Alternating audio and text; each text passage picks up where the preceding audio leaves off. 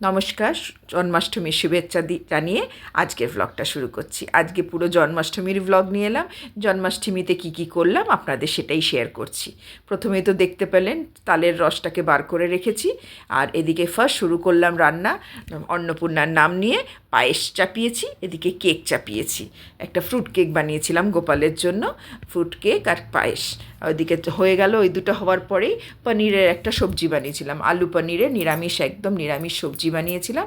আর 5 রকম ভাজা, আমাদের তো যেটা আছে 5 রকম ভাজা। আর তালের ফুলুরি, যেটা অবশ্যই মাস্ট, গোপালের সবথেকে প্রিয় জিনিস।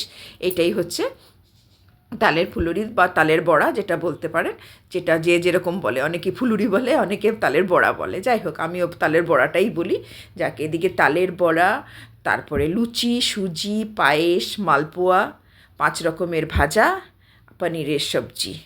এটাই ছিল আমার গোপালের ভোগ রান্না, যেটি পুরো একার হাতে করতে গিয়ে নাকানি চুবানি খেয়েছি।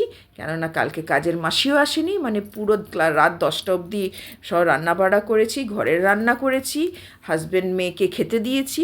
তারপরে 12টার সময়, এটা আমি 12টার পরে এই পুজোটা শুরু করেছি, যেরকম যেটা নিয়ম।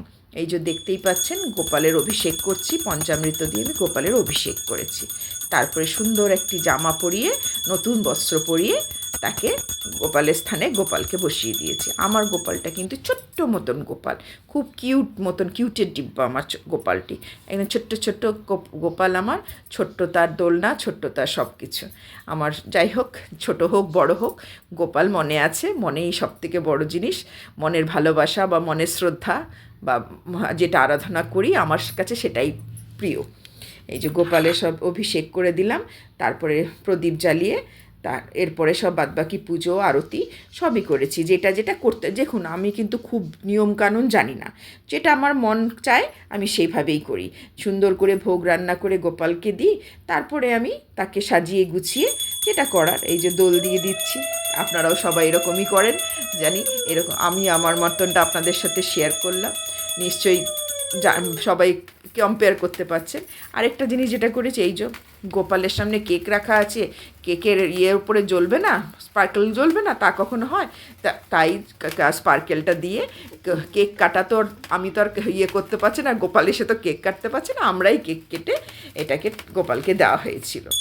আর এবার আরতিটা করে নিলাম, আরতি করে তার জিনিসটাকে সুন্দর করে শ্রদ্ধা করে যতটুকু পেরেছি করেছি। কোনো নিয়ম কানুন জানি না, আমার কাছে গোপাল নিজে থেকেই এসেছে, কেউ একজন আমাকে গিফট করেছিল, সেই গোপাল এসেছে। আমি তাকে রেখে দিয়ে, মানে অনেক বলেছিল যে পারবে না, হবে না, এই জন্য ইয়ে করতে ভেবেছিলাম মন্দিরে দিয়ে দেবো। তারপর ঠাকুরমশাইয়ের কাছ থেকে জানলাম না, করা যেতেই পারে।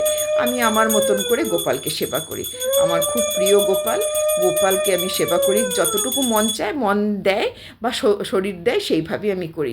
কোনো বিশাল কিছু নিয়মকানুন জানি না। এই যে আমার গোপাল জন্মাষ্টমীর আয়োজন আপনাদের সব ঘুরিয়ে দেখে দিলাম। আশা করি আপনাদের খুব ভালো লাগবে। ভালো লাগলে একটা লাইক, কমেন্ট, শেয়ার করে দেবেন, অবশ্যই করে দেবেন। ওকে, বাই।